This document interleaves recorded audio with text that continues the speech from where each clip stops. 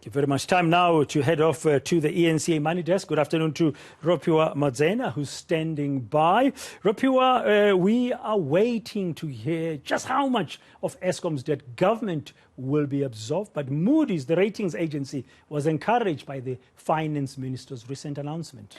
That's right, Bradan, and of course we'll be hearing those details in the national budget in February. So what we're talking about here is one of the world's biggest ratings agencies, Moody's, has changed Eskom's outlook to positive after having it in negative outlook for 15 years. Now, Moody's announcement comes after the finance minister announced plans to provide debt relief to Eskom to address the utility's liquidity challenges and repair operations. Aurélien Mali, who's the vice president of and senior credit officer at Moody's, joins us this afternoon for more. Thank you very much for joining us all the way from Dubai.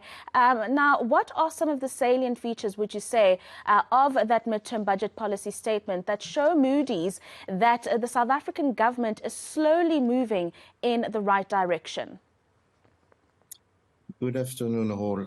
As you know, we do not provide advice on policy to sovereigns, but what we can say from a credit perspective is that the commitment from the authorities to fiscal consolidation, as explained in the TBPS, is credit positive in our view. It has been 2 years of fiscal consolidation effort from the government. I remind you that the deficit was in around 10% in 2020, the year of the pandemic. And since then, the result has been more positive than expected last year already. And this year, now it's expected to be a deficit of 4.9% against 6% in the budget. We were a bit more positive than the 6%, but not as positive as the new number that were published with the announcement of the minister. What it means is that for the first time in several years, there will be probably a primary surplus posted by the South African public finance, and the debt will continue to decline, which is a very important factor for us. Yeah, a very important one indeed. And on that note of you changing Eskom's outlook from negative to positive for the first time in those years, is that solely because of government's commitment to take over a portion of their debt? Or have you seen some other movements within Eskom that have encouraged Moody's that things might be changing for the state-owned entity? So first, the rating of Eskom has been maintained as CAA1, which is a very low rating. And the positive outlook really reflects the commitment of the authorities to address the unsustainable capital structure of the company.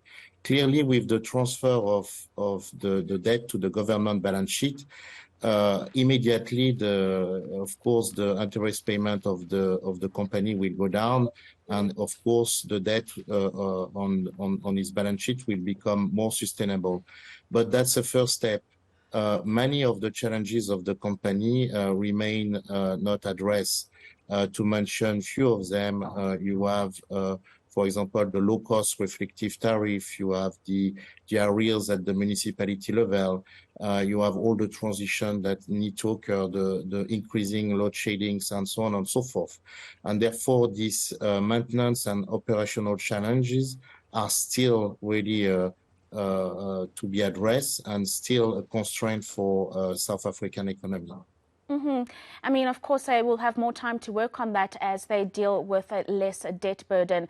But why does Moodys see the debt relief measures for Eskom taken by government as a positive move? And I'll tell you why I asked this, Aurélien, because many analysts that we've spoken to since that announcement say that this will only further add pressure to the country's fiscus. Does that not something that concerns Moodys, or is that not entirely true from an analyst perspective? No, effectively, if you take more debt, it should be negative. But for us, it's neutral because we took the decision a few years back to transfer already in our analysis that support the BA2 ratings of the government of South Africa. We transfer all the guaranteed debt to the SOEs, to the government balance sheet, because Many of these SOEs are only operational and still in business and current on their debt because already of the financial support they receive from the government. So we had already done that in our analysis, and therefore the fact that the government is about to transfer between 1/3 and two-thirds of Eskom debt is already embedded in our rating. And then, have you formed a fiscal outlook on South Africa in the medium term, taking into account issues around Eskom and the developments around that, but just a general sense of the movements of the government when it comes to issues of structural reform and tackling corruption and the like?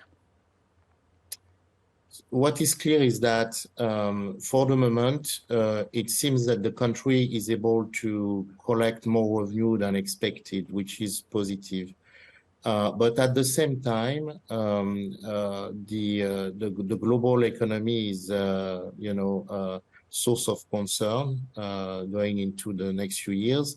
And you have also the same infrastructure deficiencies that will constrain economic growth in South Africa. So we don't expect the growth to be very strong, between 1 and 1.5% in the coming years. And therefore, I would say the upward trajectory in terms of fiscal consolidation is relatively limited.